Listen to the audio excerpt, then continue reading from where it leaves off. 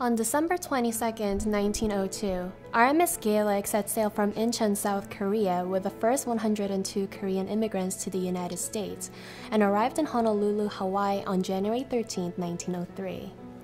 Approximately 7,226 Koreans immigrated to Hawaii following this first voyage, up until 1905 when the Japanese government put restriction on Korean immigrants. 84% of such Korean immigrants were young men in their 20s, and 9% were women and the remaining 7% were children. Korean immigration was sanctioned between 1924 and 1965, and door to immigration was open only to families of United States soldiers, adoptees, and students who wished to study abroad, who readily assimilated into the United States society upon arrival. Thus, the formation of Korean immigrant community was not possible. The immigration reform in 1965 allowed for official entry of Korean immigrants into the United States, leading to a rapid increase in the Korean immigrant population. According to the 1940 census, there were only 8,570 Korean immigrants across the United States. The number had soared to 70,000 by the 70s and 350,000 by the 80s. The 1970s marked the beginning of the influx of Koreans into the United States in search of the American dream. In 1960s, wig shops sprang up in Manhattan Broadway as one of the first Korean small businesses in New York.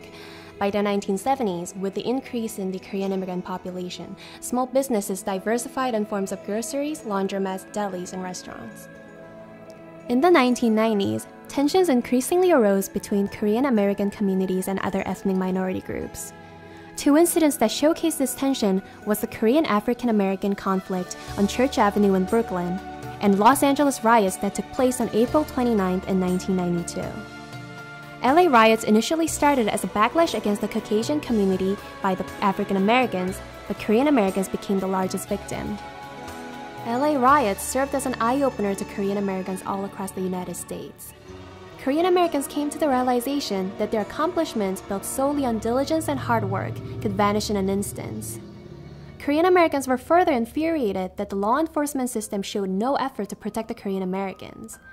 The mainstream media even blamed the Korean American small businesses for providing poor service to African American customers, which caused their riot.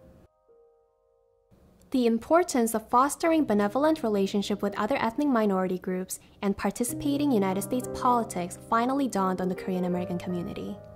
This laid out the foundation for Korean American Voters Council, which later had become known as the Korean American Civic Empowerment. All ethnic minority groups in the United States are indebted to the Black civil rights movement in one way or another. Discrimination and dehumanization that African Americans faced since the days of institutionalized slavery were unimaginable by today's standards of individual rights. Trains and buses had segregated seats by race, and blacks could not sit in the section reserved for whites. People of color were forbidden to enter universities for white students. Blacks had to pass a difficult written exam to become registered voters.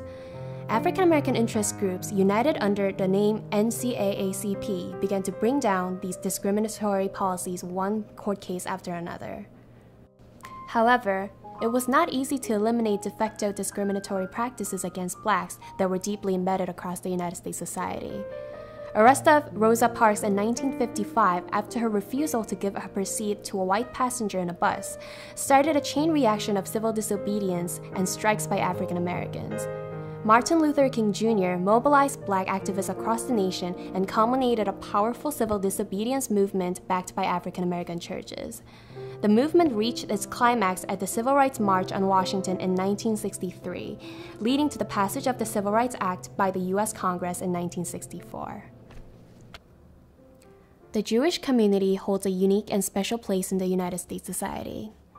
Jewish Americans have assumed key positions in America's economic and political circles, and its grassroots lobbying groups such as AIPAC and its leaders, the Grass Top, are exerting tremendous amounts of influence on United States politics. Other ethnic minority groups have tried to mimic the Jewish American community without much success. Korean American community was no exception because it had failed to take into account the cultural, religious, and economic differences that existed between them and the Jewish community. Furthermore, the Jewish American community tends to be viewed with wariness and hostility by other ethnic groups due to their aggressive approach to political lobbying. Korean American community needed to seek a different path. Korean American civic empowerment found its method of empowerment in grassroots activism. KACE came to a conclusion that educating the Korean Americans about their civil rights and systematically mobilizing Korean American voters would strengthen the Korean American community to rival that of the Jewish Americans. Meanwhile, reforms were being made in political funding in the United States. Corporations and millionaires were no longer able to provide unlimited funding to politicians, and the system changed so that politicians would rely more on small-scale donations spread over a large group of people. This has strengthened the influence of individuals and grassroots on politics. Politicians began to cater to the needs of each individual voters more closely. The mobilized voters were becoming the center of the United States politics. The initiative set forth by KACE corresponded with the needs of the times and the shift in paradigm of the United States politics. Korean American Civic Empowerment was founded in the basement of a prep school in Flushing, New York on April 29, 1996. At the time, voter participation rate of Korean Americans was critically low. Both voter registration rate and voter participation rate were below 5%. Although Korean American community had begun to form in Flushing, it went unnoticed. Elected officials paid little attention to their Korean American constituents.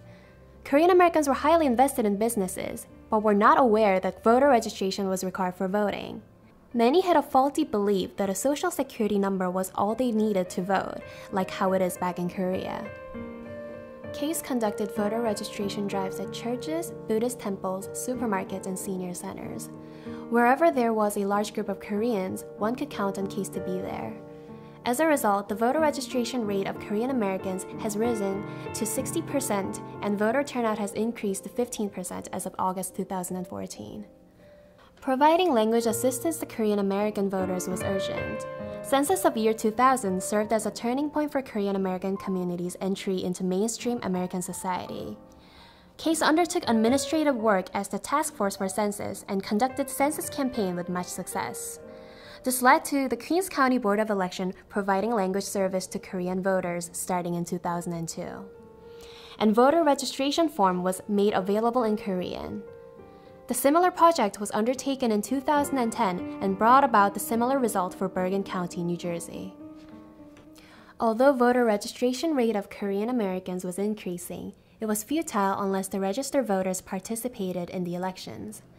KACE conducted voter hotline on election days and worked closely with the Board of Elections to prevent problems that may arise at voting poll sites, making voting process as accessible and easy for Korean Americans as possible.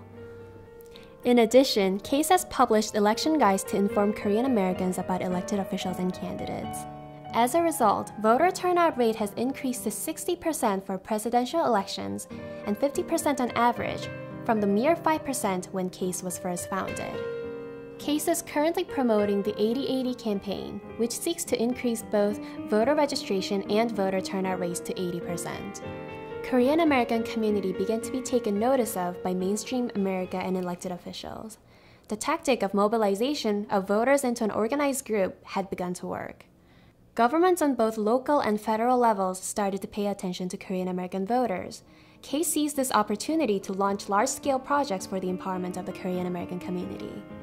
Passage of House Resolution 121, also known as the Comfort Women Resolution in 2007, was the first accomplishment made by grassroots efforts of Korean Americans. This project was followed up by lobbying for similar resolutions to be passed on state level and erecting Comfort Women memorials across the United States. These projects were made possible by the efforts of mobilized citizens. The removal of parking restrictions on Northern Boulevard is another example of a project that advocated for the interests of Korean Americans. In 2009, high school students enrolled in Korean American Civic Empowerment summer internship program started the project to remove this cumbersome parking restriction. We went out onto the streets and we actually counted the cars that were passing in each of the lanes to figure out whether there was any increase in traffic from 4 p.m. to 7 p.m. like the Transportation Bureau has said it would be. And what we found was that there really wasn't any dramatic change in the traffic during those hours. The traffic along the Northern Boulevard was actually pretty consistent throughout the day, which proved our point that the parking restriction is pretty pointless. And what we also found was that the traffic congestion that did happen from time to time was actually caused by police vehicles, because a lot of times they would be parallel parking to issue tickets to these cars that were parked along Northern Boulevard. We started a petition drive.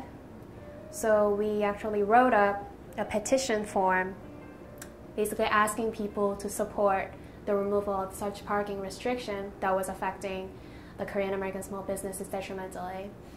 And so we got these petition forms and we walked around that entire area and maybe even beyond to get these signatures from business owners and residents. And we ended up getting just thousands of signatures. So what we did with those signatures is that we delivered them to like local elected officials. We also delivered them to the community board. And so eventually what those people who saw that there was all the support behind our cause did was they brought this issue up to the NYC Transportation Bureau. I didn't think that this little project that us high school students had started would really go anywhere, and I really doubted that it would lead to actual changes in the governmental policy in New York City. So I was really pleasantly surprised when I heard that they actually decided to remove the parking restriction. And I think it just goes to show that what we do here at KACE as interns actually brings about changes for the interest of the Korean American community. So it felt good to know that. Korean American store owners can now conduct their small businesses in ease without fear of parking tickets. This project showcased how grassroots initiatives set forth by the Korean American community brought about tangible change to the local governmental policy. The ashes of Los Angeles riots in 1992 left us with a different kind of American dream, the political empowerment of the Korean Americans. And that dream has been pursued by educating individuals about their voting rights and mobilizing Korean American voters to create a strong, powerful mass. As a result, Korean Americans have been recognized as one of the more influential minority groups in the United States. This tremendous growth was demonstrated during the Korean American Grassroots Conference of 2014, where 2 United States senators and 11 representatives honored us with their presence.